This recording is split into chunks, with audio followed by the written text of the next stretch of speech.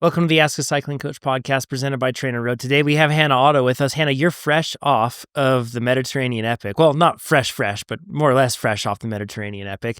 And we're going to talk about that today. We have a pro cyclist with us to talk all about the things that she learned during her race, which is a pretty cool and unique opportunity. This is a really cool race. We're also going to get into some questions that you've submitted, and you can submit those down below in the YouTube comments. Just drop down below there, ask whatever questions you have, and then we comb through and select and hand select a few depending on the guests that we have and depending on the topic. If you want us to analyze your TrainerRoad calendar and your training, you can do that if you have a TrainerRoad account. If you don't, sign up for TrainerRoad, put all your training in there, then ask us your question, and we're happy to do it. We can go through there and analyze that.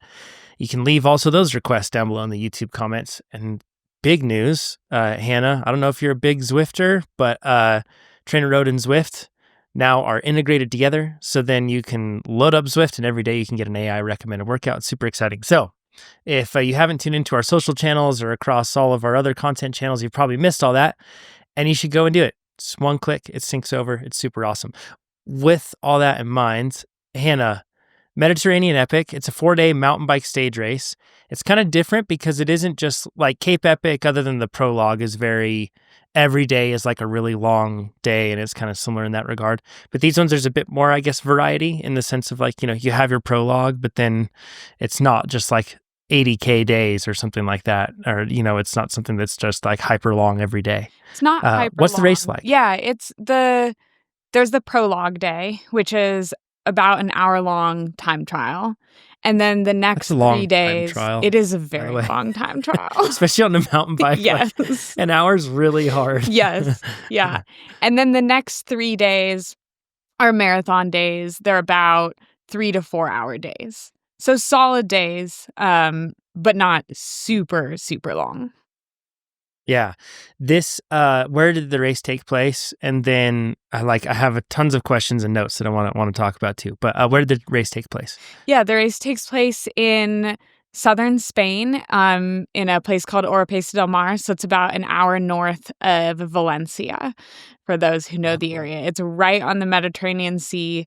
We actually end the final stage riding on the beach through the sand right next to the ocean. So it's pretty sweet, and it's an HC designation. So it's the highest level of UCI stage race that there is. So it brings a very international field as well, which is, for me, a great way to start the year to get a true sense of where I'm at.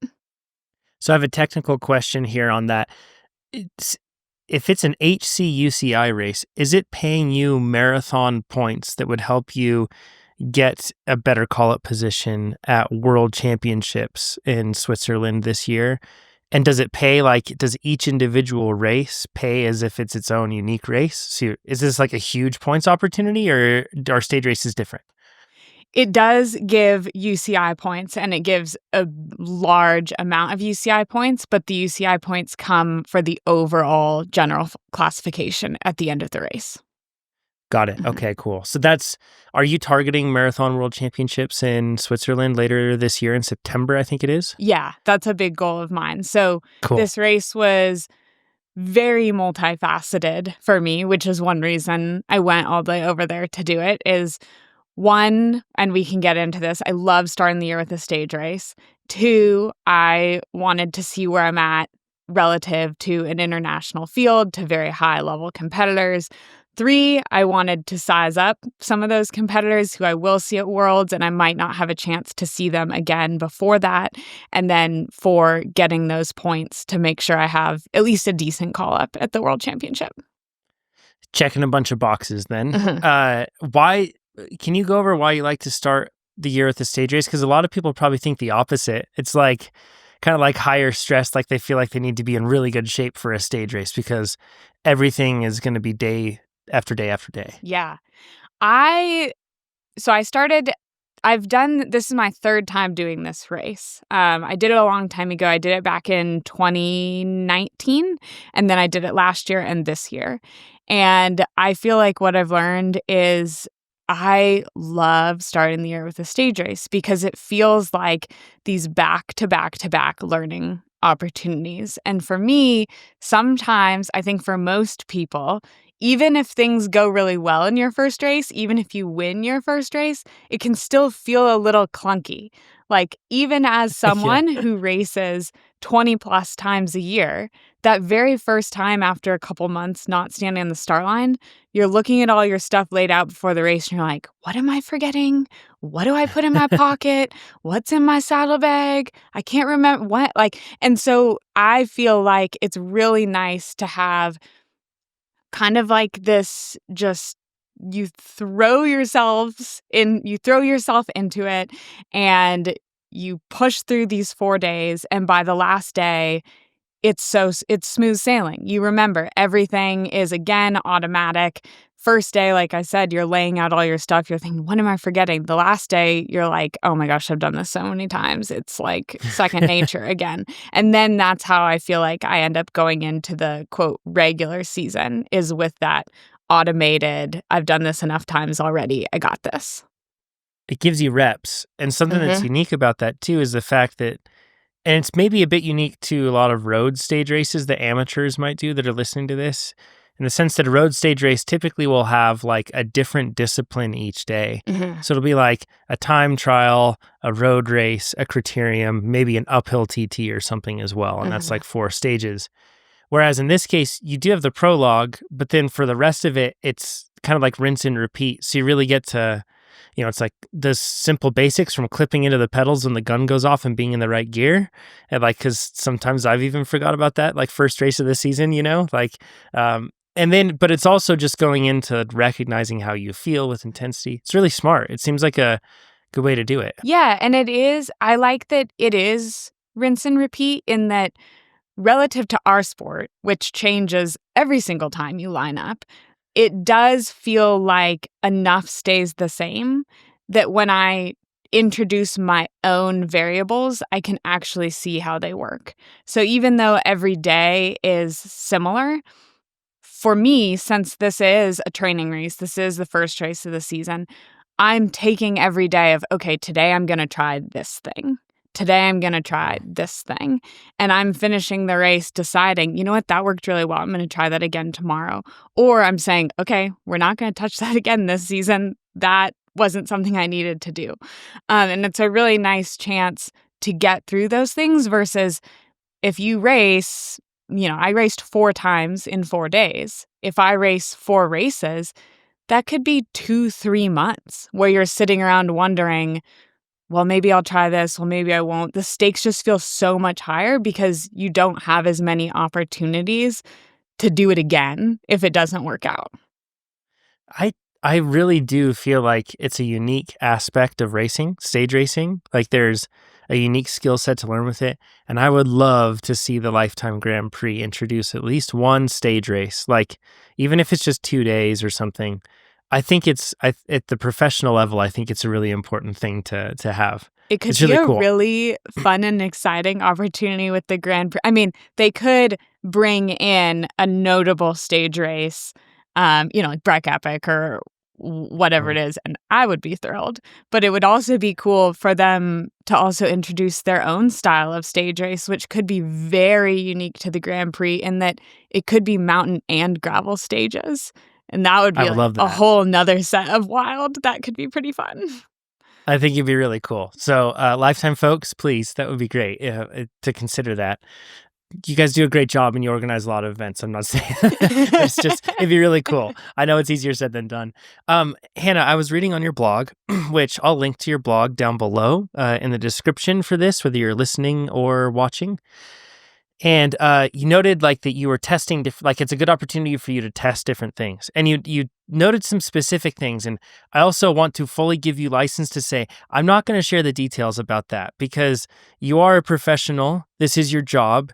And like proprietary information exists. And if it's sensitive, don't feel like it's totally okay to say that. And I think all of our listeners also feel that way. But you mentioned that you were testing warm-ups, amongst other things, but warm-ups. This is a really common question we get from a lot of athletes is, what's the best warm-up format? A lot of people rely on like a Team Sky style warm-up.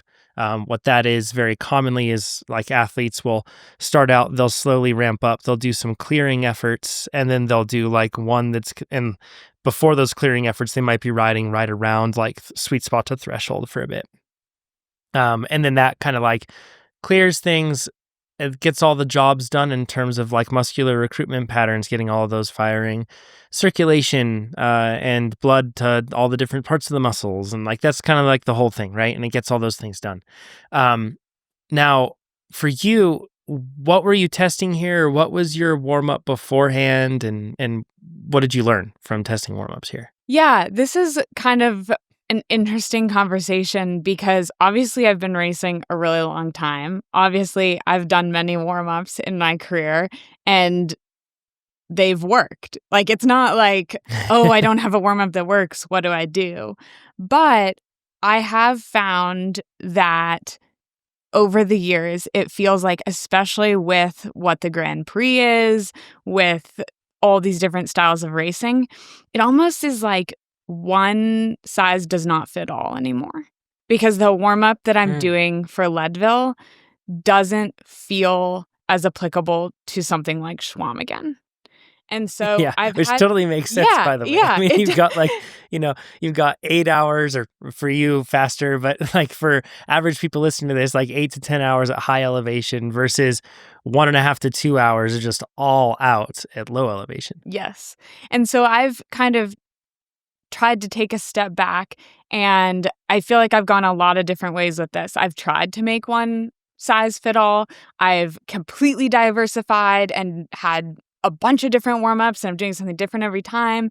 And now I'm trying to hone in a little bit more and sort of establish, okay, I have one warm-up for these races that have really hard starts, and I have one warm-up for these races that maybe you ride into it a little bit more, something like Leadville. And so I have these two warm-ups. It's plug and play as to which one I pick.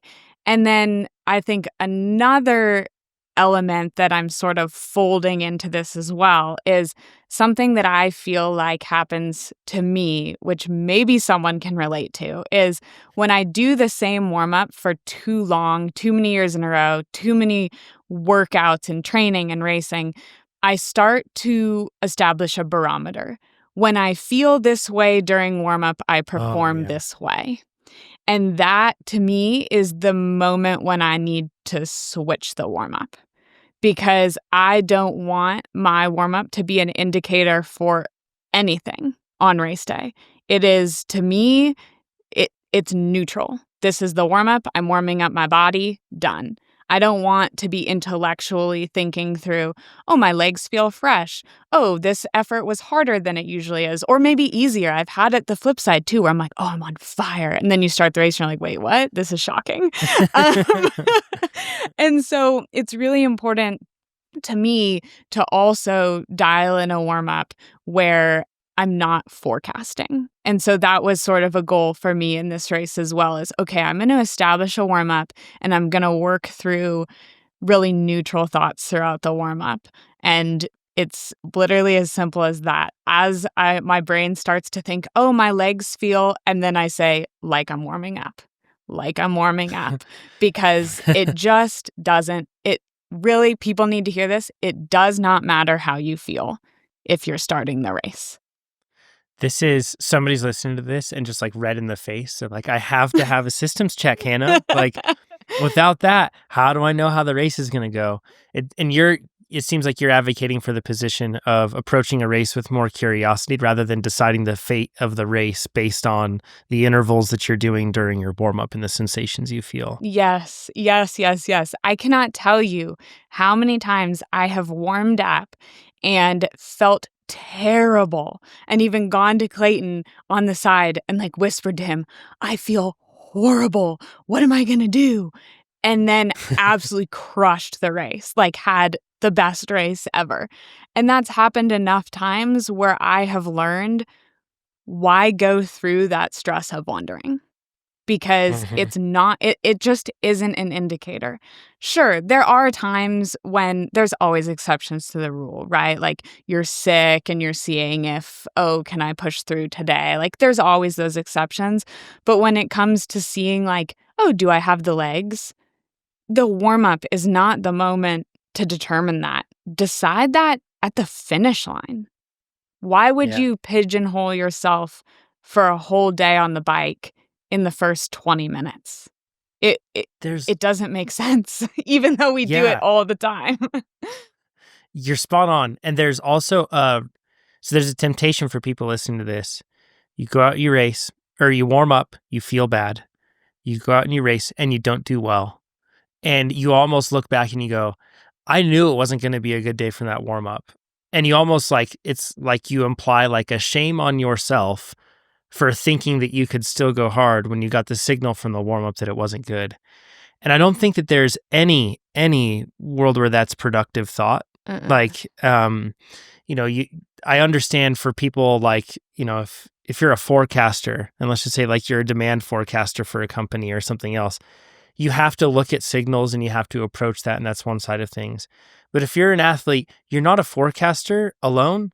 Yes, you have some forecasting in there, but you also are the planner, you're the executor, you're the leader, you're the everything else. And it's more important to lead than to hold back when it comes to performance like this. Like, you need to put yourself in a position where you could lead yourself, in this case, to unexpectedly great outcomes. And if you're constantly setting a boundary or setting an expectation that's based off of hard evidence that you have currently, you'll simply never grow beyond what you currently can do. Uh-huh. So it doesn't make much sense. Like, you're not just a forecaster, you're doing all the roles of a company, so to speak. You're doing all of it. So if you do have those thoughts, you can put them away and know that they aren't productive for a racer.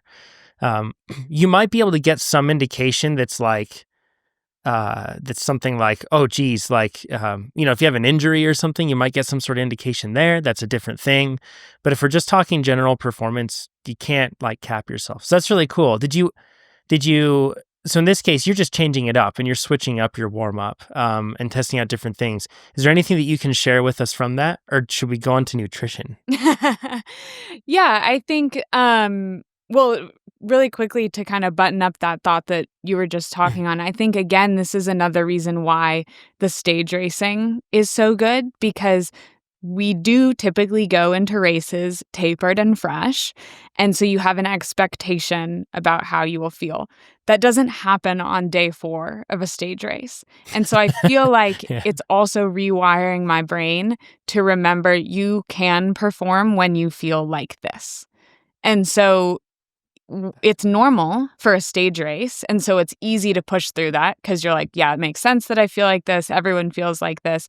But you're still rewiring your brain in that if you do line up later in the season and you happen to have that day where, oh gosh, my legs just feel icky. Well, Yeah. you already proved that you know how to push through that earlier in the year at that stage race. And so I like that rewiring aspect as well. That's And awesome. in terms of warm-ups, I feel like I've it's nothing really crazy, but I do think the element for me that's shifted the most is actually that I'm warming up, I feel like, shorter and shorter amounts of time. It's largely because the races are getting longer, but I also just think we maybe as a society overcorrected. Like several years ago, people didn't really warm up at all. Then all of a sudden, everyone was warming up for like 45 minutes to an hour, and that was overkill. And now I think it's time to level back out and understand that you really only need like 15 to 20 minutes probably to get the body firing, especially for races like this. And so I've been paring down my warm up a lot, cutting out a lot of what I would say is the fluff and just trying to make it really efficient. Mm. Not only, and this is a good segue into nutrition, but not only for the warm up aspect, but for also caloric expenditure aspect.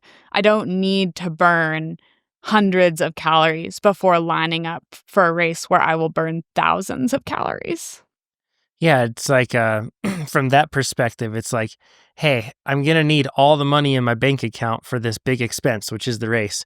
But before I do that, let me draw down my balance a bunch before Yes. like, it doesn't make any sense, right? Yes. And I think Yeah. I used to be someone, again, going back to that forecasting and wanting to take something away from the warm up, as in proving to myself that I'll be able to do it. I used to push really hard into these efforts to sort of prove to myself, like, look, I can do it. Look, I am doing it. And now I have a much different approach of I get close to that and I back off. And for me, the mental process of that has been an exercise of confidence, of saying, I'll do that when I need it. I don't have to prove it now before the race. And so I think that is also a switch in my mindset and physically in the warm up of I'm no longer pushing so hard into these efforts. I'm actually more focused on holding a little bit back.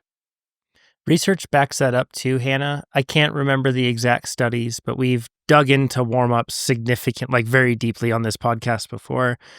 And there is no evidence that shows that you need X amount of time to be warmed up. It's variable, it's individual, and usually it's far less than we think. It's one of the things, like TrainerRoad workouts are known for having quite short warm-ups because, most of us that are athletes that are listening to this podcast probably are very time crunched. And as a result, we need to get the workout in. And some people prefer to warm up for longer, and that's totally okay. But the point is, you don't need a long one. That's why we haven't changed it on our end, is because science hasn't proven otherwise. So, Hannah, on the nutrition side, did you go in with any goals of things that you wanted to test? I think that you're still with First Endurance, I think. Yes. Is that right? Yeah. So you're still with First Endurance. Nothing's changed there. I don't know, maybe you're actually testing new products or something for them, but what were you aiming to achieve on that front with the stage race? Yeah, I think this was definitely a big conversation that even we talked about on the podcast many times last year. Of nutrition has been a huge focus of mine on the bike, as with many people, as we sort of like blast into this new unknown of how many carbs per hour you can hit. And so I feel like it's a lot of the same conversation of just pushing the limits, seeing how high I can get. But I think for me in this race, when I say practicing nutrition, it was actually less of trying new things and more of quite literally practicing. Because I think in training, a lot of the time when we're taking nutrition, which makes sense, it's between the intervals, right? Like we do a really hard effort, Yeah. we take our nutrition. And that makes sense and that's great. But then all of a sudden you're in the race and you're like breathing through your ears and you're screaming, at least maybe this is my experience, I'm screaming in my head, you must take your nutrition, and like your hand will just not come off the bars. And so for me, it's really important to go through the practice of taking the nutrition when you're boxed, taking the nutrition when you're at someone else's mercy as well. Because there's times, even if I practice that in training, even if I take that nutrition in the middle of the interval, I'm not dealing with the fear that someone's going to attack the second it's in my hand. And that's something in racing I think about is, oh, can I take this now? Is someone going to attack? I'm looking around. And I think that for me, I have to kind of almost like, it's a process of going through that again each year, of remembering how to do it when the stakes are high and to not get caught up in the moment at the start of the race when there's a lot of chaos, when it is maybe scary to take your hand off the bars, when it is technical, and when there are big rocks and descents, and remembering how to sneak in these moments of taking the nutrition in the chaos. Yeah, it's so hard to do. If you're ever having trouble with that and you're an amateur, test a lot of different hydration packs that are comfortable, do not move, do not cause you to feel like burdened by something or distracted by something. Evoc makes a great one, Usui makes a great one, Camelback makes a chase vest, Velocio is making one that looks really cool and sleek. There's a lot of different brands that are making these ones that are really nice, and not like the hydration packs of yesteryear that flopped all around. So search for that, because man, that does make it a lot easier to sneak in nutrition if you're doing carbs through your drink, when you can just like really quickly put that into your mouth, even let it sit there for a while you go through something technical. Reaching for a bottle or a gel in a mountain bike stage race can be hard. And typically the field strangely doesn't respond if you ask them to slow down so you can take a gel. So kind of weird how that works. How about recovery? Because that's a big thing that probably, I mean, it is crucial because you're doing these big races for the Lifetime Grand Prix, then you have to train still afterwards. So it is really important to recover, but it's really, the stakes are risen, or raised, I should say, when you're dealing with stage racing. So how about the recovery in between stages, everything else? Did you test anything out there? So this is an interesting one because obviously recovery is, typically very physical. But again, I've been doing this so long. I know my stretching routine. I know my sleep routine. We can get into that, right? Like, for example, with a stage race, it can be really hard to fall asleep sometimes. And so for me, a really important aspect of that is creating space for wind down time. Like if I want to go to sleep at 9, if I get in bed at 8:45, it's not going to happen. Like I need almost an hour to tell my body it's time to sleep. That doesn't mean just laying there staring at the ceiling, but it could just be being in bed, establishing that like sleep atmosphere and reading a book. It just the winding down aspect is really important. But for me, what I feel like I was really honing in on for this event is the mental recovery. And I've been working with Enzo Mental Performance, which is a sports psychologist. And so I feel like... I would love, by the way, Hannah, I would love to, if they're interested at all, I would love to get them on the podcast at some point, if they'd be keen to do absolutely. that. So. Yeah. I will bring it up to her. Yes. Awesome. But so I've been working with her, and so sports psychology and the mental aspect of racing has been a huge focus of my off season. And one of the things I was working on at this race is the mental recovery and when to turn it on and when to turn it off. And I think that in a stage race especially, this is a really important aspect. As someone who is very type A and who, if left to my own devices, I could think about the race for 4 days nonstop, never giving myself a break. Sounds familiar. Yes. Turning it off was liberating, and also really scary. And I think that is my big takeaway from this, is being able to turn it off and decide every night after I laid all my stuff out, after I got it all figured out, I am no longer going to think about this. I feel like my recovery enhanced. I feel like my sleep enhanced because I wasn't going to sleep with my body so tense thinking, you're about to race, you're about to race, you're about to race, like in sleep mode. So being able to turn it off really enhanced my ability, I feel like, to perform and being able to turn it on stronger when it counted. And for me, a lot of that, I feel like, came from trusting myself, because I think the reason I often can't turn it off is due to a lack of belief that I can turn it on at any moment that I want. It's like you almost have to, it's like, I think of like a pilot flame. It's like I have to keep this little tiny flame lit, because if that goes out, what am I going to do? What am I going to? But it's this understanding that, no, I can turn this off. I can turn this all the way off. And in a moment's notice, I've done this enough. I trust myself. I will turn it on when it counts.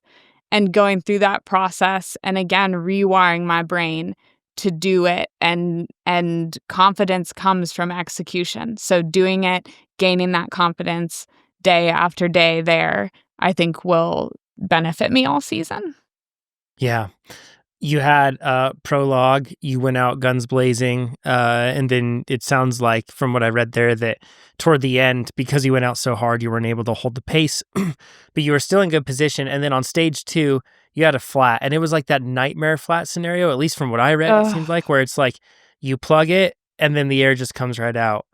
And then you plug it again, you had another one, and the air comes out. You had another one, it's still leaking. Like, and then you decided to ride the flat from there to the nearest aid station that was the tech zone that was coming up, which was a long way. But then that allowed you to be able to get everything fresh and worked over. But can we talk about anything that you learned there with the flats? Like, could you have been Was it the fact that you didn't have the right kind of plugs? Was it the fact that you didn't have something else? Or was it just such like a huge tear that it's just kind of like, look, like I could have had a giant patch or something, like a huge tire boot, but even then it would have been tough to be able to patch. What did you learn from all this? Yeah, so it was a pretty aggressive flat, and sometimes it just happens. I hit a rock and the rock punctured straight through, and the hole was maybe 5 millimeters. So it was a Whoa. big hole in the middle of the tread. And so I plugged it with 3 plugs, and it would hold about 5 psi, but any more pressure than that, and it would still push out that air. And so I couldn't get it That's to put 5 PSI isn't ideal. it's not enough. Yeah. It is not enough. And I did have a tube, and I could have patched it. And if I was out on a training ride, that's what I would have done. But putting in a tube takes a long time. And it was Not just putting in a tube, but you'd have to not just put in a tube, you'd have to put in a tube, but you'd also have to boot or patch the yes. hole, which would also involve taking out the tire plug. What sort of tire plugs do you use, by the way? I had the Stan's darts. Oh, cool. So Stan's darts, like you'd still want to make sure that you get those out of there because they have that little plastic thing and that might puncture. I mean, chances are it wouldn't puncture too, but it could. If you use things like Dynaplugs, which are really fat, those ones, they have metal heads and you want to get the metal heads out of there. So Taking like out it's, the cush core, like all of these yeah, things. Yeah. it's not just throw a tube in there. So if somebody's listening to this and has like that attitude where it's like, Hannah, anybody can change a tire or tube. No, it's not that simple. It's way more complex when you're dealing with this sort of scenario where you have to undo some of the work you did just to try to get going quickly, And there's also never any telling because sometimes you have a hole that big, you throw in a dart and then somehow it seals. Yeah. So it's not like you can be faulted for looking at that and thinking, oh, this is unpluggable. Like you can't tell from the outset. Right. Yeah. And I'm sure anyone listening, yes, there's a million woulda, coulda, shouldas. The other thing you have to remember is I'm in the middle of the race and I'm trying to fight for the win. I'm trying to fight for the podium. So I'm counting seconds and minutes, and I'm trying in the heat of the moment to make the best decision I can to salvage that precious time. And so there actually was a moment after plugging it so many times where I actually stood up, took a deep breath, and said out loud, okay, what should I do? Because that's what I'm thinking through in my mind. Yes, of course I know how to put a tube in. It's not that complicated. But I'm trying to weigh, okay, how long is that going to take? And what is the likelihood that the whole situation will be successful, including my, I have 1 CO2. Like I have now aired up multiple times to try to make it seal. How much do I have left in this thing? Like I'm processing through a lot of things in that moment. And then I'm also looking at it's 8 miles to the tech zone. What do I think those 8 miles are like? Will I be able to ride them all on this? How much time will I lose on 5 PSI and an insert? And ultimately, that was the decision I made. And to be honest, I think it was probably pretty apples to apples with the amount of time I would have lost putting in a tube versus riding on that flat. And I think that what though, Hannah? yeah. It's not fully apples to apples because, at least in my opinion, because it could have timed out perfectly, but the amount of frustration and fatigue and messed up fingers that you would have gotten from taking it all apart, getting that cush core off, getting your valve core out, booting the tire, putting it back on, like that sort of additional stress is absolutely real when you're talking about a stage. And I'm sure you are running a whole lot of like the same math that we did with 2 trains leave and arrive at the same station sort of a thing. Like you were running that math, I'm sure. And that probably added a different level of fatigue, but I'm sure it's not as much stress and everything as it would have been to go through the process of really fixing it there on the trail side. So, I mean, not being there, not being in your position, but I advocate for the choice that you've made too, since you had an insert. If you didn't have an insert, probably not, because that would have been, and also not all inserts are created equal. Like if you have like a Tubo Light insert, the new one, is really minimal, and that's probably not going to help you in a run flat scenario. Whereas the Cush core is really substantial, so like running it flat is going to be more possible. I don't know. I think that you made the smart choice considering your less than ideal circumstances. Well, thank you. And the other thing I'm running and considering in this moment is it's not just one day of a race.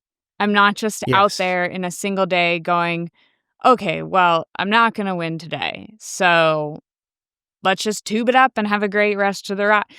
I'm counting the next 2 stages. I'm thinking about who do I have time on? Who do I not have time on? What am I trying to make up? How much can I make up?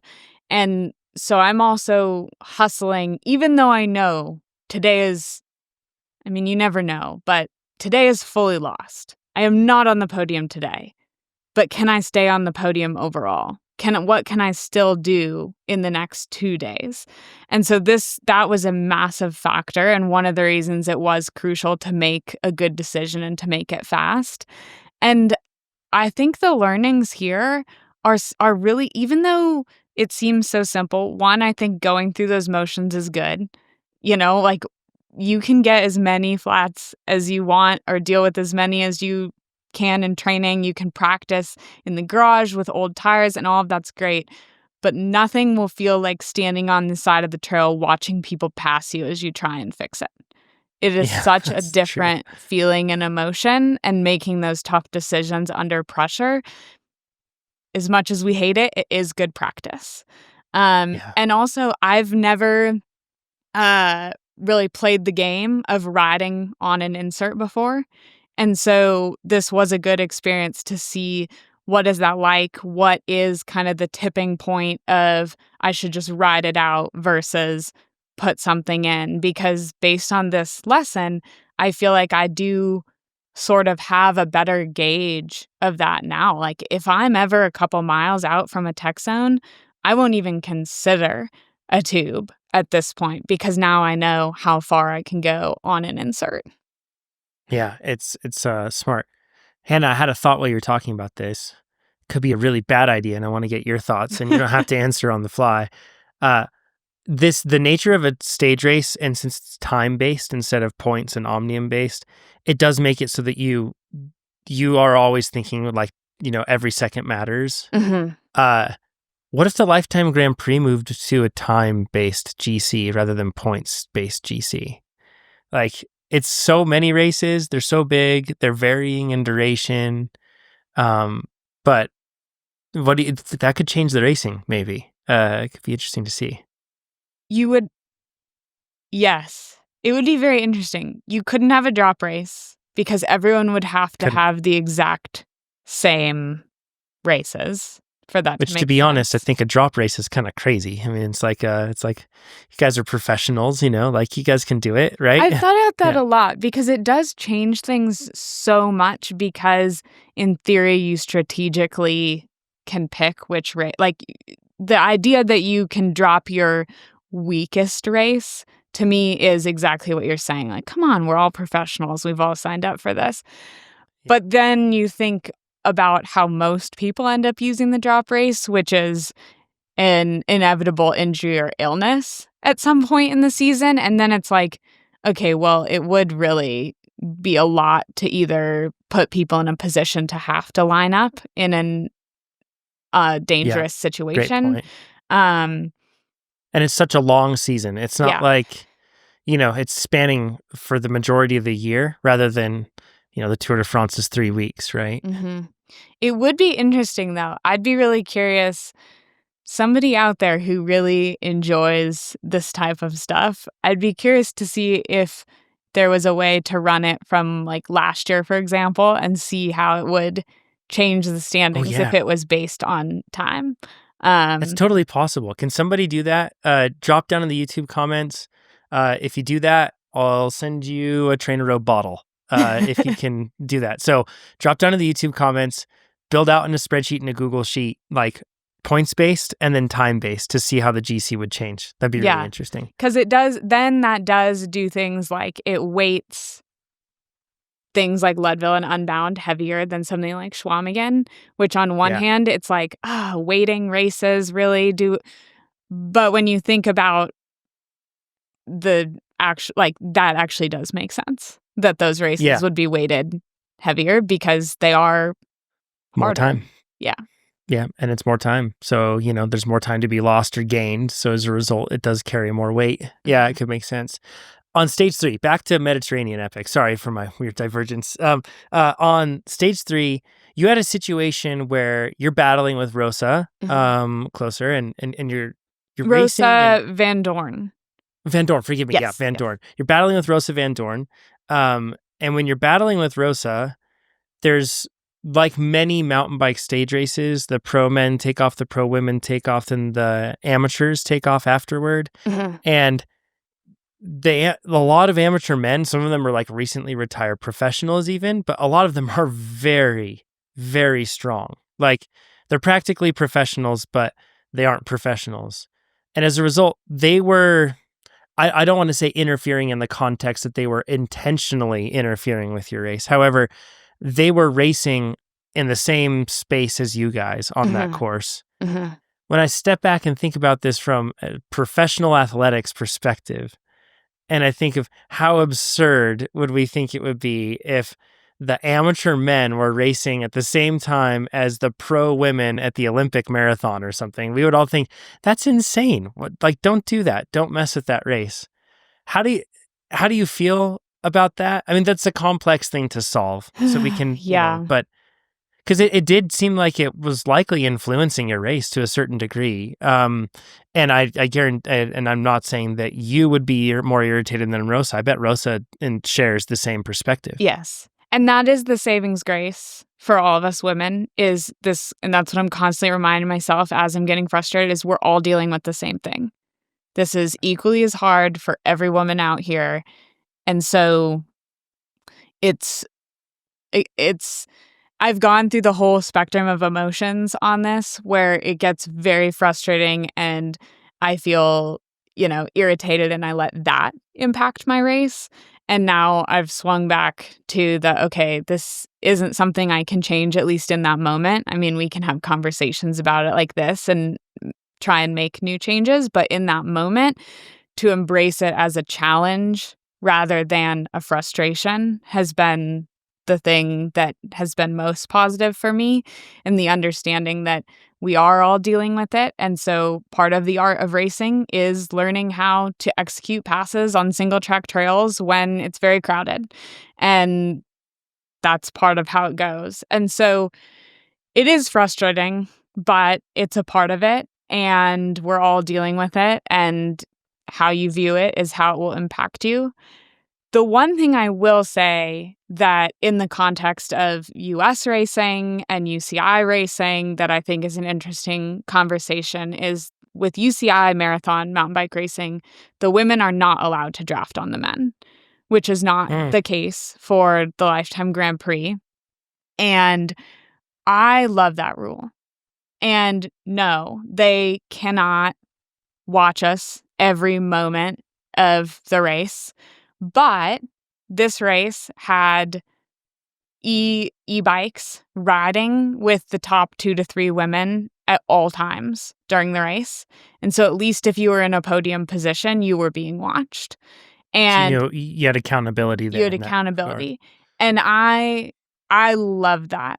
I think that to me is really important because while it is frustrating to have to pass people, while it is frustrating to have to go through these interactions with people who you aren't racing, aka the men and the women, it is nice to know that if a woman gets away, I'm not worried that somehow I am stuck out in no man's land and she's catching a free ride in a group. At least I know that we are on equal playing field at all times. And for me, that changes my race. And so I really love that rule. And I think that's something I would love to see change in the context of the Grand Prix when they can do that. I know that that's something they're working towards, but I just want to keep being a voice that advocates for it. Yeah, I think it's really important. There's probably no perfect way to solve it unless you truthfully hold the pro women's race on a separate day from the amateur men, Mhm. or pro women and pro men too separately.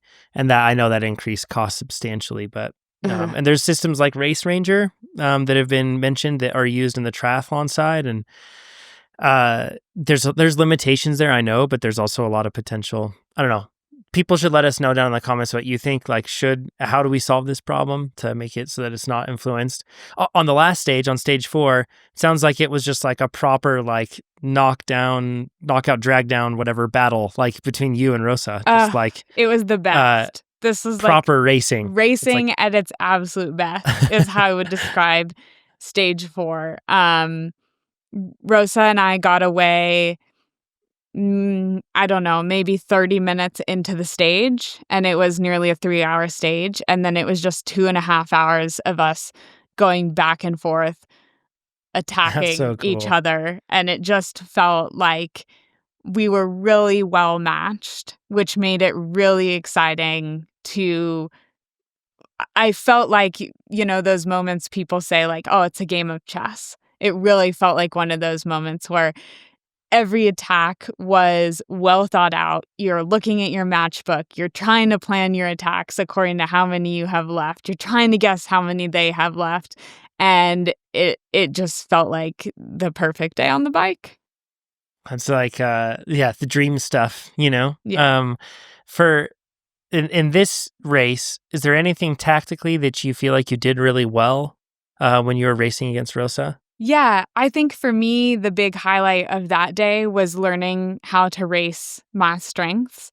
I think Rosa and I are somewhat different riders. We come from different, I mean, you can even objectively look at it. She comes from the Netherlands. I live most of the year in Salt Lake City. So I live in mountains. Yeah. She lives on flats. You can objectively kind of mark out what might be our strengths and weaknesses. And so it was really fun for me to look at the course profile and not just try to not just try and race, but to really try and race my strengths and to leverage those moments accordingly. And as we were attacking each other, it was really fun in hindsight to look back and acknowledge that we were both playing that game. And I think to Mhm. me, that is when racing reaches its highest level. Is when, and that's something you can watch for in these pro races, even in something like the tour. Like if you really pause and step back, you'll see these riders working on their strengths. And I think that's something really special to be able to not only do, but to be able to identify ahead of time. And that's something that I've certainly been working on in my own space is being able to step back and say, what am I really good at? What Mm. am I better at than this person or that person? And how can I leverage that today? And I think that's when you reach another level. So I assume that you were probably trying to give it more on the climbs and attack on the climbs or somewhere in relation to the climbs. Was that the strategy? And like, how are you, like, practically speaking, where were you trying to put in efforts that would distance her or hurt her? Yeah, it was largely for me focused around the climbs, and then sh- she seemed to be really strong on the flats. I think that that's a strength of a lot of riders who come from the Netherlands, Yeah. and so for me, it was really important to leverage my strengths on those climbs to either attack her in a way that I would try and gap her, or just to make her burn another match. And then knowing that her strengths were on the flat, it was important to me to make her utilize that, to make her go to the front there. If that's her strength, why would I try and match up to that strength? I'm going to let That her had own to that. taken some self-control though, Yeah, right? To like not like exactly. roll to the front sometimes. Exactly. I'm going to let her own that, and I'm going to save myself for what I'm better at. Hmm. That's cool. And that takes a lot of maturity though, because it takes a lot of patience and trust in yourself. And like, no, I need to play to strengths instead of just strictly responding to what they're doing. Because any really good racer is not just going to be playing to their strengths, but they're going to be doing so in such a way that is going to encourage you to leave your plan and to no longer race to your strengths, and instead put you in a spot where you're putting down the wrong, your very most valuable cards at the wrong time, right? Which is that's what any good athlete's going to try to do. So it takes a lot of constraint on your side to be like, no, I'm sticking to my plan.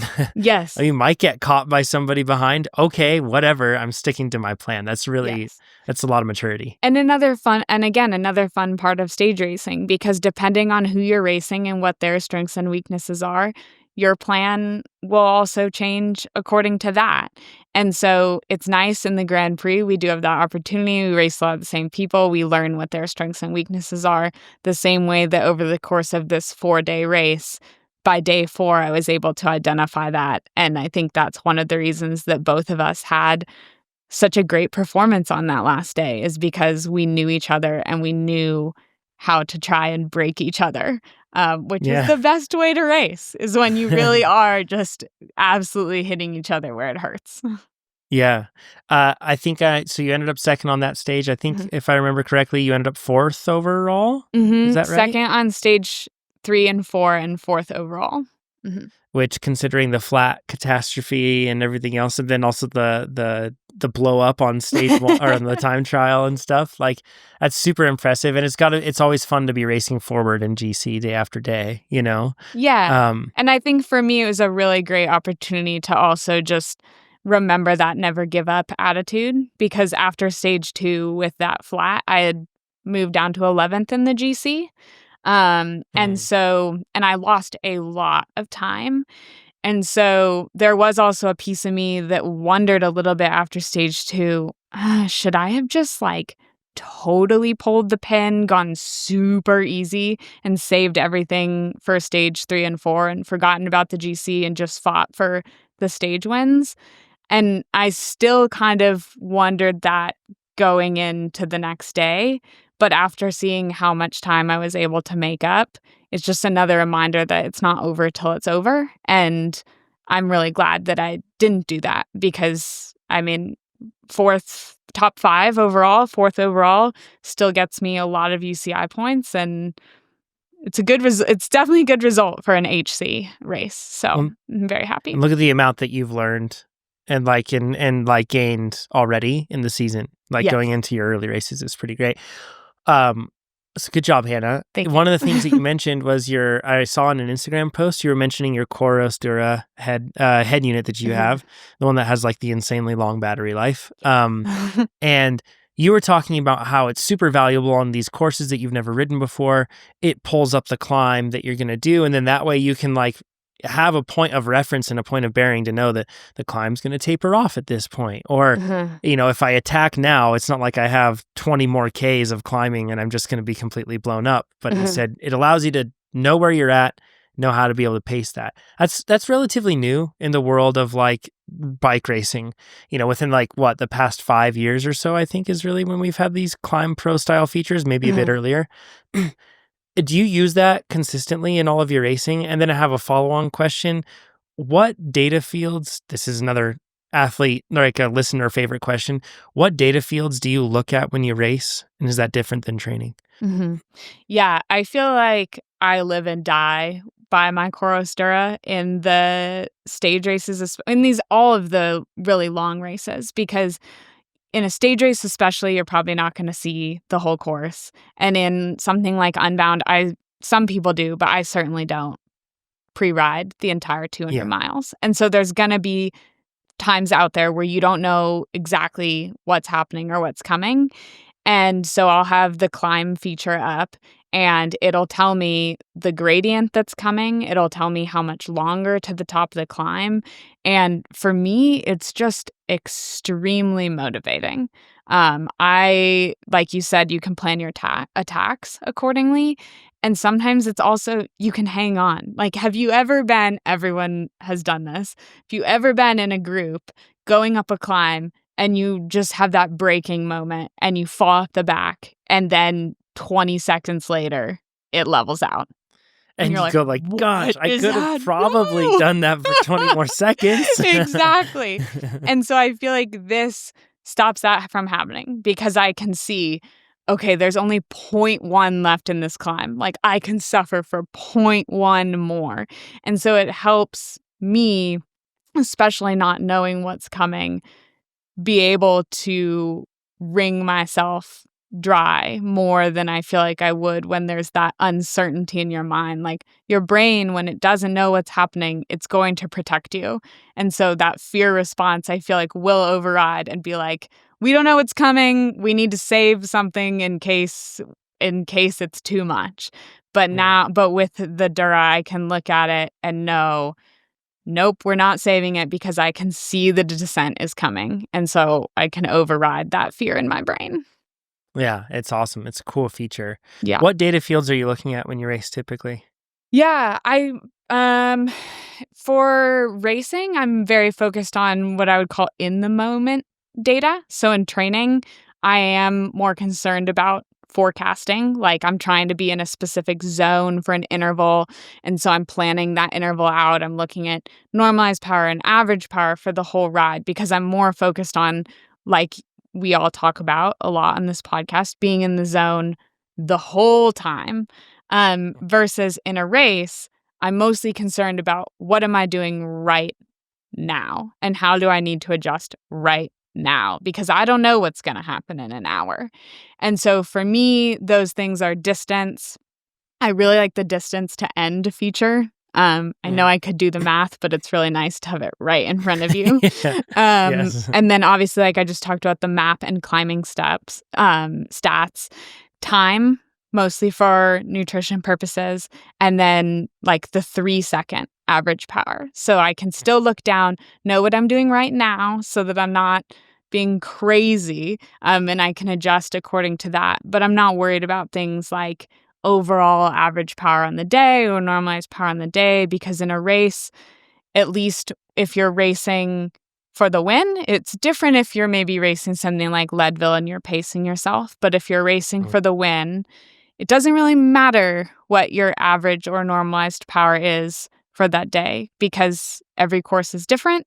If there is a big descent at the start of the race, for example, and I see that my power is really low for the first hour because I've been descending, I'm not going to spend the next hour way overshooting pacing trying to pull that back up. Yeah. So that's why I'm just focused on that in the moment number.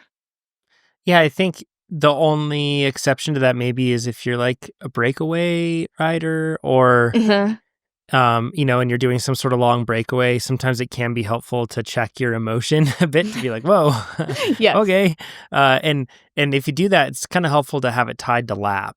So like Yeah, then maybe a you could lap. separate screen Mhm. where you can see lap. So then that way, like you said, if there's descending or something else, who cares then? But you know that on that TT effort, if it's going to be a 40-minute TT effort until the end, you want to make sure that after the first 5 to 10 minutes that you aren't, up at 110% of your Yes. FTP or something, or 120%, like, because then you're going to blow real soon. Chances are your legs feel that anyway, but it's nice to kind of pull yourself down. It's very rare that I've had a situation where I feel like I use the number to pull myself up because I'm doing as much as I can anyway, Mhm. so it's not like that average, like you said, like it shouldn't drag us up. Sometimes That's I'll use it to check myself in a group. Like, yes. again, that just the in the moment power, but sometimes I'll be in a group and it could go either way. It could go, oh my gosh, this is so hard. I look down. Yep, it's hard. Okay, I'm validated. It must be hard for everyone. Keep going. It'll slow down soon. Or it could be the opposite, where I look down and I'm like, oh my gosh, this is so hard, but the power is so low. And then I can take that as a call to action. Like, okay, so what do I need to do to make this easier? Have I not been eating? Am I out in the wind and maybe everyone else is Pulling too long. drafting? Am I pulling Yeah. too long? Or do I just need to take a deep breath?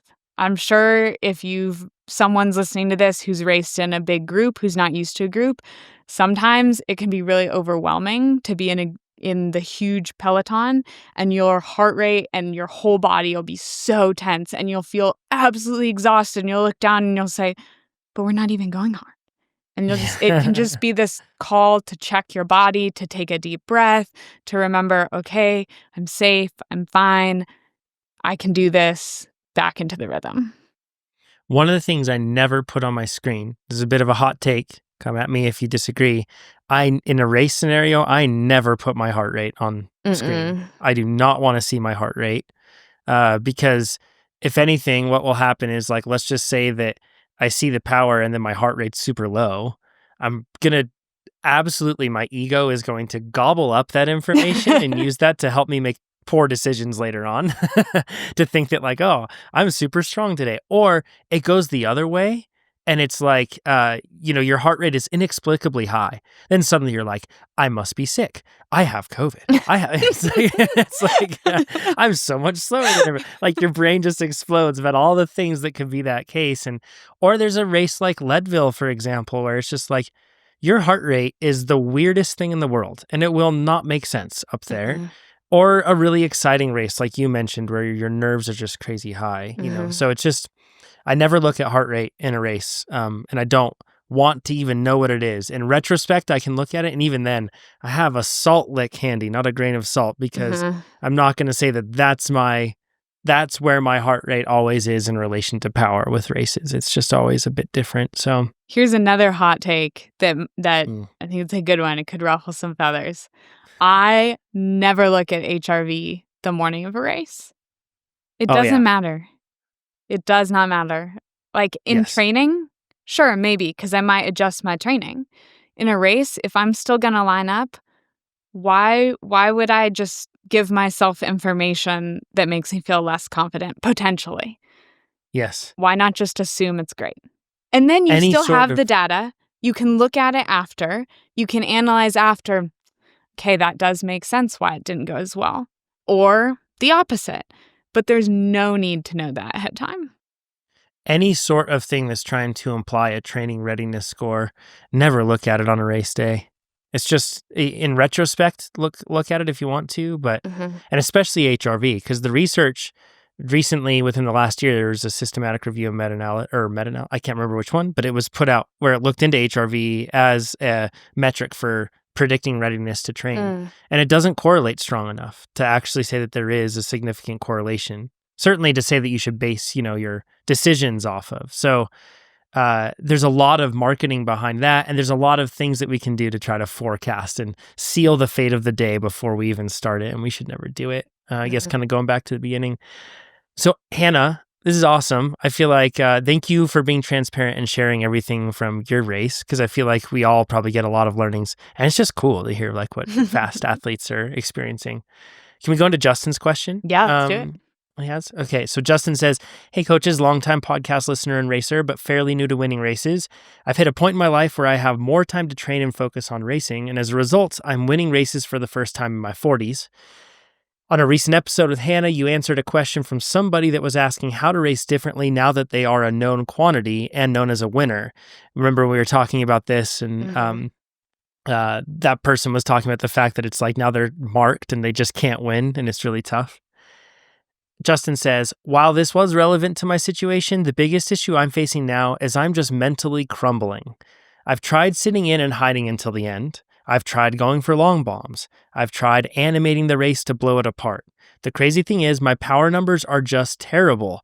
I've raced 4 times this year, and even though I'm the fittest I've ever been, I have yet to finish a crit above 0.9 IF, and that's 90% of their FTP.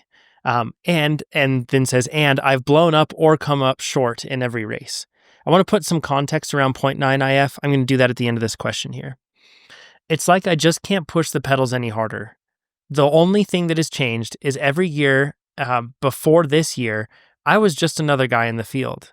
But last year I came on strong and started to be known as, quote, the guy. Have you seen a mental block like this before? Any advice you can give? Bike racing was the funnest part of life last year, but this year I'm just puzzled and frustrated. I'm going to talk about 0.9 IF really quick and put that in context for people. Criterium racing, you typically do have a high intensity factor. It's obviously not an easy endurance ride. However, many times what you'll see is that your intensity factor might be, if you've raced well, your intensity factor might be 0.9 to 0.95, something like that. It doesn't always need to be 0.95 to 1. In fact, this might be a bad take, but I would say that if your IF is really close to 1 for a 1 hour criterium, either great job, you really got everything out of yourself, or you raced too hard. Like you did too much and you weren't efficient enough. So, but I understand that, Justin, in this case, you're just trying to communicate the fact that like you aren't getting the most out of yourself. I think that's what you're trying to communicate with this 0.9 IF. But don't use that, if you're listening to this, don't use that as a benchmark that like it's only a good race if I'm doing more than X. Instead, criterium racing, perhaps more than any other effort, you are racing a person and a group of people. You are not racing numbers, and you are not racing a course. Like it's absolutely dependent on what everybody else does. So you might win a crit at 0.75 IF, or you might win a crit at 1.05 IF, whatever it might be. The point is you're racing the person. So with that in mind, Justin feels like he isn't getting enough out of him, and he says that he feels completely wrecked at the races, like crumbled, but he isn't physically getting out, like being able to perform like he wants to. What comes to your mind when you first hear this, Hannah, where somebody feels like they aren't able to fulfill their potential on race day because of a mental block? Well, the first thing that actually comes to my mind with this is it sounds like they might be overreaching or overtraining.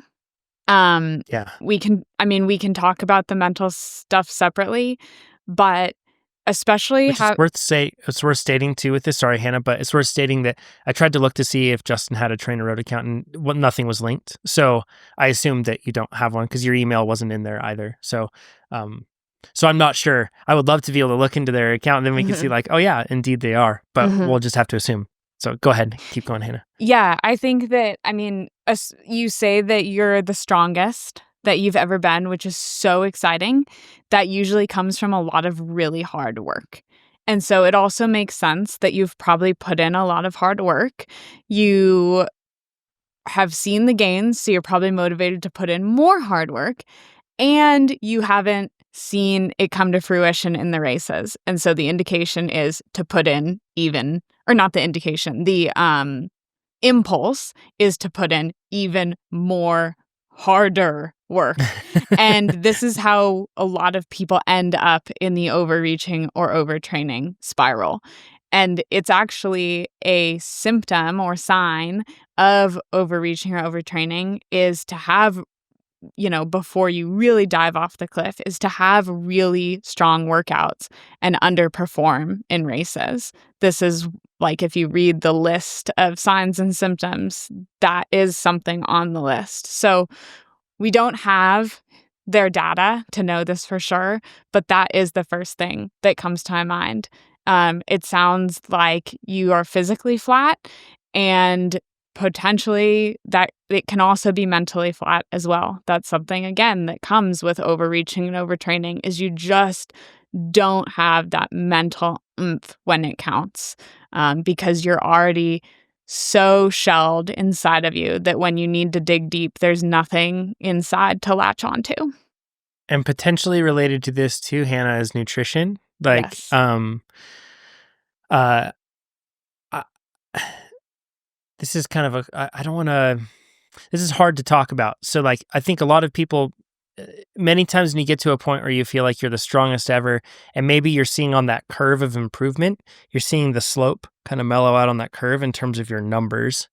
What a fear, this is natural for a lot of people, like a fear comes in of like, well, I just need to make sure I don't gain a single extra pound. And if anything, I could lose a few more. And that's like what goes into your mind, because you're like, well, my power numbers aren't changing, so I need to improve my ratio still. And you start to look in that direction. I'm sharing this because I do feel like it's not just a unique thought to myself, but it's probably an intrusive thought that exists for a lot of people listening to this. And it is not your friend at all. Like, it's not a beneficial thought. It's one that isn't rooted in the science of performance. And I know the logic is saying it all comes down to power to weight ratio going uphill. The fact is, eating adequately, nourishing yourself will not result in poor performance, but there's a temptation to do that. Now, Justin, I'm not saying that this is your case. I'm speaking to the entire podcast audience. Mm-hmm. You might be in this boat, you might not. Just whoever you are that's listening to this, if you do find yourself in a situation like this, if anything, during these times, if you've done a ton of training, that sort of thing, we tend to lag on our input on the nutrition side as our training goes up. We tend to keep that the same, but then our training ramps up. And if you even look at it from a kilojoules perspective, you're just burning more kilojoules as you get fitter and you do more work. So, but we're very slow to change what we eat, because at one point we ate something and then we got, we hit a really nice looking ratio. Then at that point we think that's what we need to eat forever. Just like training, when we look back and at one point you did this massive week and you felt really strong at the end of it, that does not mean that you should do that week every time. It's different. So this could be a situation too, Hannah, where they've gotten faster, they've gotten a lot better, but then they're just not adequately fueled. Because there's two things that make me feel like I've come up short, lacking punch, just don't have it like in this regard. And it's when I can't do those hard, high intensity efforts, but I can just kind of like ride in that same gear, and I can do that for a long time. And that's usually when I'm not rested enough, I'm doing too much work, but sometimes I'm not nourishing myself enough. Absolutely. And I think that those two things definitely could play together. Let's just assume that Justin isn't in that boat. And let's just assume that it truly is a mental block, that maybe the weight of expectation that Justin has, maybe the fact that he is just tactically marked now. And as a result, it's going to be really tough, or I should say it's going to be different and require a different approach. Do you have any advice in that regard, whether it's on the tactical side or the mental side, Hannah? Yeah. I mean, again, I think there's just so many levels to this question. So I'm going to say this, but we might need to even dive one further level than this. So I'll leave it open. Cool. But I think that I know, again, like you said, they shared their IF as sort of a data point to help us understand. But the fact that they shared it at all makes me question how much they're putting into that. Which, as people that live and die by numbers, I get it. But like you started with, this is crit racing. I don't care what your power is. In fact, and we've talked about this before, I think, with Pete, right? Like, win the race and show me your power file and show me that you had the lowest power of everyone in the crit. It's a big flex. Now I'm impressed, Yeah. And so I'm wondering if you're so caught up in the numbers that you're forgetting to race really smart. And sometimes that can also impact your numbers. It's kind of cyclical, because if you are so worried about your numbers, you might not be sitting in effectively. And if you're not sitting in effectively, you might be burning too hot at the start and dying out at the end, which skews your numbers down. So you're not performing well, and you're just pulling your numbers down in a way that is negatively impacting how you feel about yourself and your performance as well. And so it could also be interesting to not just look at your IF, to not just look at your normalized power, but to also look at, like, I'll say, like, your matches, right? Like, how are you starting? How many are you the one who's pulling back every single flyer? Are you doing a whole bunch of 10, 20, 30-second efforts to pull someone back? That'll skew your power up high at the start, but you might be dying off at the end. And so I also hear this, again, we still haven't quite gotten into the mental side, but I also hear this and I immediately think of strategy, because another thing that happens is when you're not quite strong enough to be in that group, maybe you just caught up and you're just happy to be there, sometimes you're really smart because every match matters so much. When you become the strongest in the field, sometimes we're reckless, and that can hurt us because we do have matches to expend. We can sit out. We can roll up the side of the group to move up rather than snaking our way through. And sometimes that comes back to bite us, actually. And it levels the field and allows those people who are less strong than us to outrace us and outsmart us. It's also a weird thing that we do sometimes for the marked athlete where we're frustrated by the expectation of others that we need to be the ones doing the work, yet we go out and do it just the same because we are not just living with the expectations of others, but we mirror that expectation of ourselves from ourselves. So like we go into a situation where it's, people are just waiting for you to do the work. You're not doing the work. You're not doing the work. You're not doing the work. You're trying to be disciplined. And then you just end up doing it and you do the work. And then everyone just sits on your tail. And then you throw up your hand because you're upset because you're like, see, this is exactly what I thought would happen. In the end, what you have to understand is the fact that you can choose what you do in that race. And as a result, you can know with certainty exactly how your race will unfold. In terms of relation to other people, who knows? But you are in control of your own destiny. You get to choose what you do in that race. Everybody else is probably going to assume and try to probably encourage you or force you to fulfill whatever they want you to do, but you're the one that gets to decide it. So if there's a marked athlete, the most powerful marked athletes are the ones that just have enough confidence in themselves to be able to bet on themselves when it's right. But they are also very aware of everybody else's approach and how they're going to go about things. It's wrong. It's bad when you're a marked athlete, but you are not confident in your approach. Because then you'll get into a situation like you said, Hannah, where you have a lot of power and enough to hurt yourself with it. And then you find yourself, never winning races. So there's the aspect of how to be a marked racer and then still get good results. That comes with patience and confidence in yourself. And that comes with allowing everybody else to do the wrong thing. And sometimes that might look like you not doing a single thing the entire race. And then at the very end of the race, you try to do it and you might not win. And that is okay. Being a marked rider doesn't mean that it's up to you to win every single race. Being a marked rider means that you have a unique challenge that's different than what somebody else has, but it doesn't mean that you have to be the winner for every race. So you just sit back, you just let the races unfold by other people making emotional decisions and you making confident ones. And if you do that over time, it's going to shuffle up that deck and people are just always going to worry about you, but they're still going to keep making those decisions. So, you kind of have to know that if you're a marked athlete, you're not going to win every race, even if you have more power. But you just have to know that you have to trust yourself and be able to make those confident decisions. And I realized I didn't explain intensity factor doing this in reverse. I probably should have done this in the beginning. But IF is intensity factor. And all that is your normalized power divided by your FTP. And that's expressed for a duration. So it could be your IF for 1 minute, or it could be your IF for 5 hours, or anything in between. And if you are able to ride at whatever your normalized power is, if you're able to ride at your FTP for 1 hour, that would be a 1.0 IF. And congratulations, you just did an hour record attempt. It'd be really tough. With normalized power, you can get to it easier than average power, right? Because, punches are weighted and as a result, it might be easier to do, but that's still very, very hard to do. So that's what they're talking about with this intensity factor metric. But, racing in this case, the last line really sounds or resonates with me. Bike racing was the funnest part of life last year, but this year I'm just puzzled and frustrated. That sounds like a lot of weight of expectation, Justin, on yourself. And that robs the joy from bike racing. Now, there's some athletes that weight of expectation is fuel for them, and that's how they work. We're all wired differently. So maybe this is a situation, Justin, where for you, you just need to figure out how to crack the nut.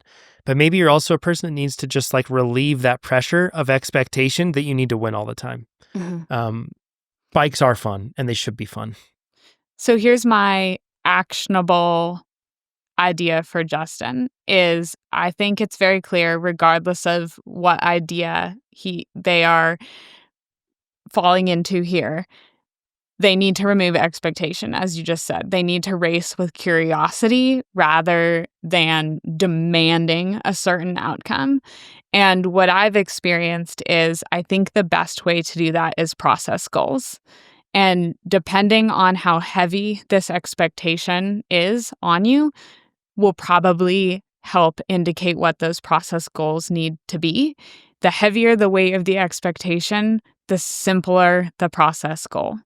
And so if you feel like, so examples of this could be anything from committing to a certain race strategy, and no matter how it seems the outcome of the race will happen based on the strategy, you stick to the strategy. So pick a strategy like, I will never see the front of the race at all today. That is my goal. I'm going to sit in from start to finish and stick with that goal. That can help remove expectation, because in the moment when you feel like, should I chase down that attack? Should I roll through? Should I send a flyer? Nope. I've committed to this process goal. And because of that, I feel I've removed myself from the outcome because I have to do this. This is my goal. If that's still too much, if that's still too weighty, your process goal could go all the way down to as simple as, I'm going to finish this bottle by the end of the crit. And as Love silly as it sounds, this can be a great way to start the process of removing expectation, because you have to buy into these goals, and then you can start feeling those sensations of success again, which we love bike racing for so many reasons, but one of the things that makes it fun is this sense of accomplishment. And we need, as human beings, to feel accomplished. And one of the difficult things is sometimes when you reach a certain level, in order to experience that emotion of accomplishment, we feel that we have to win. And that can be really tough and really confusing, because that is the one thing not fully in our control. And so if we're letting other people shield us from feeling accomplished, you can get in a really negative space. And so as a professional athlete, as someone who wants to win every time I line up, I've learned that while that is an amazing feeling, I have to find accomplishment and those feelings of accomplishment outside of that result. And so as simple as the goal needs to be, find something that you 100% can do. And when you finish it, look at that thing and say, I did it. I accomplished something. Check mark.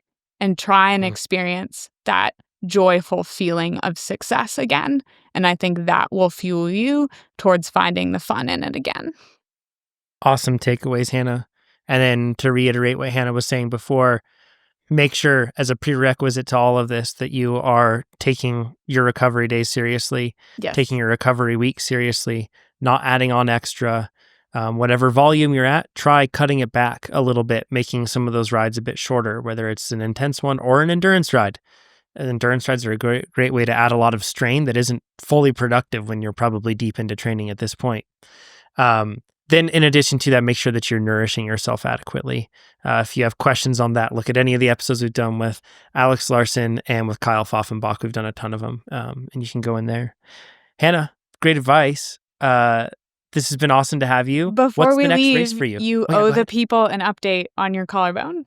Oh, that's right. Yeah, we even said we'd hold that, right? Because you asked that when we first Yes. jumped on the call. So yeah, maybe you just owe me an update. yeah.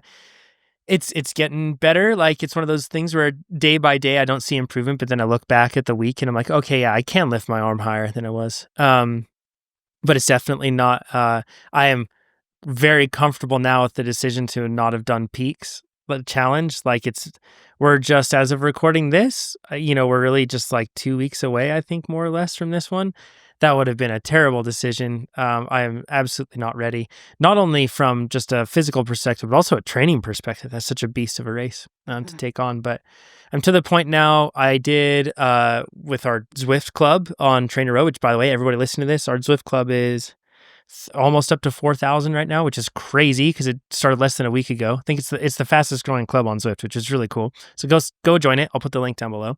We did a huge group ride on Friday or Saturday, and we did it with the CEO Eric Min of Zwift and Nate, our CEO, and there were over 1,300 people at that group ride, which is just massive. It was really cool. It was on Zwift, really cool. And that was an hour and 90 minutes. That was the longest ride I've done. So that felt really good. But a lot of pain, a lot of discomfort. I'm doing like a lot of compensation. I can't do any lifting of weights yet. And that compensation's coming like through like my neck and then the back of my shoulder and over the shoulder blade. All those muscles are just incredibly tense. And typically toward the end of the day, they get kind of fatigued and stop holding on quite as well. And then at that point, my shoulder feels like it's just like falling out still. It's pretty painful. So yeah, just little by little, but the scar is healing up well. And like I can touch my collarbone now without it being like a red alert pain, which is huge. And that's really beneficial. How about emotionally? Yeah, I mean, well, it's just really hard. Like food is still really hard for me. I've always had a really complicated relationship with food, but it's really tough just to like just eating enough, but then also feeling like, ugh, like I have a lot of demons with food. So that's really tough.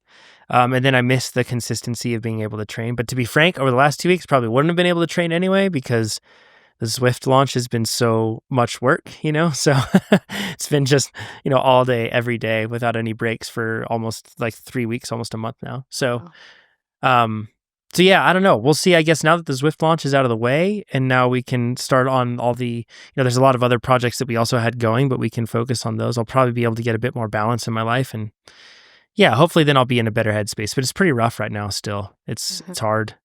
Hopefully that helps somebody that's like in a spot where they're injured and they feel like they haven't been making the progress they need, or just they don't feel like themselves. I think it's normal. I've been through so many injuries in my life prior to being a bike racer, but with dirt bikes, that I remember this all too well.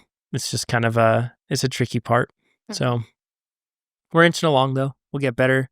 I'm hoping, like, I have a stretch goal that that excites me, that I would love to do, to be able to do an Xterra in July.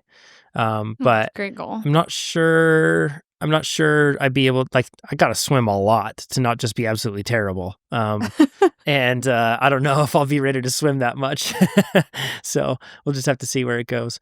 I think I don't know when I'll be able to swim or anything else with PT yet. They haven't told me, but it's out of the question for now, for sure. With the shoulder and everything, it's just and not only can I not make that movement, but there's concerns over the shoulder and like causing additional damage to it. So you just gotta step through that, but it'll be good. Zwift Club, actually, while I mentioned that. And Hannah, are you a Zwifter? I don't know if you are. You're down in Tucson. I have think never that you probably have a Zwifted. trainer. Okay, yeah. Well, if you ever want to do a group ride and if people would like that, let us know down below in the comments. And if you would ever want to do one, Hannah, we would love to host you. It'd be cool. It'd be lots of fun. You can join the club, and we have rides. This is, as of recording this, you're going to have a ride on Friday. It's going to be like a drop ride race that we're going to do, like a circuit race. Friday morning with me, I'll be the ride leader. And then Saturday morning, a 2-hour endurance ride as well. Go to the Zwift Club and you can check those events out. You can RSVP for them. I just added them up this morning and people are just starting to sign up already, which is pretty cool to see. And some of those are banded together. Obviously, the one where it's going to be the drop ride one, we're not banded together, but the other ones will stick together. We can chat the whole time. And if you haven't yet, sign up for TrainerRoad. And when you're using Zwift, you'll get an AI recommended workout in Zwift every day. It'll always be the appropriate workout. It's pretty great. Hannah, thanks for joining us. What's your next race? Where can people follow you along on your journey? I will do BWR Arizona. Oh, that's soon. That's in Yes, is 2 that weeks. this weekend? In 2 weeks. 2 weeks. So as of hearing this, it's more or less in a week and a half-ish out for them. So if you're at BWR Arizona, go find Hannah. And, we give her space, of course, at the start gate and everything else, but find Hannah, cheer Hannah on, give her good vibes. It's going to be an awesome race. That's a really fun technical one that you should do well at. So thank you. Yeah, I'm excited. I've heard great things. Cool. Well, thanks everybody. If you're listening to this podcast, rate it and share it with your friends. That's hugely helpful. The more ratings that come in week over week, the higher the podcast ranks. It is currently like the highest rated podcast on iTunes. I think we're just behind the Lanterne Rouge folks on Spotify. It'd be great to jump up right there with them. They do a great job too. And it's also the highest rated app in the App Store. Go download it, sign up, get faster. We'll talk to you next week. Thanks. Thanks.